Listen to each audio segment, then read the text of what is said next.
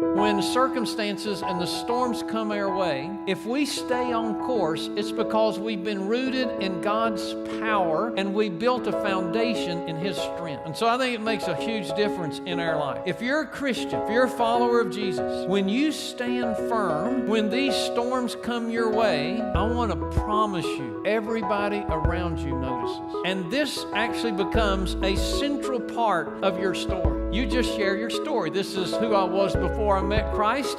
I met Christ and now this is who I am. My response to pressure will always open up doors to share my faith. Oftentimes the circumstances, isn't this true? If they're bad and they come into our life, we initially want to say, God, get rid of these circumstances. But let me ask you a question. Could these storms that you may be facing in your life be the circumstances that God wants to use in your life to allow other people to see the God that you love? And it's so powerful to others who are unchurched and not yet convinced when you stand strong amidst the storms of life. So if you want a story that's going to help you stand firm when the unfavorable situations come your way, I want to give you 5 habits. We need to have regular, daily devotions with God. The way that we get a firm foundation with our God, the way we get to know God, is we got to study His Word. Joshua chapter 1, look at verse 8. Joshua says, study the book of the law continually. That's the Bible. Meditate on it day and night, so you'll be sure to obey all that's written in it. Only then will you succeed. Here's the second thing. Faithful weekend worship attendance. Your commitment to weekend worship attendance is such a powerful tool in your story. It's about where we can come together and we can worship the God we love. And you know what else it's about? It's about encouraging others. Hebrews chapter 10. You should not stay away from the church meetings as some are doing, but you should meet together and encourage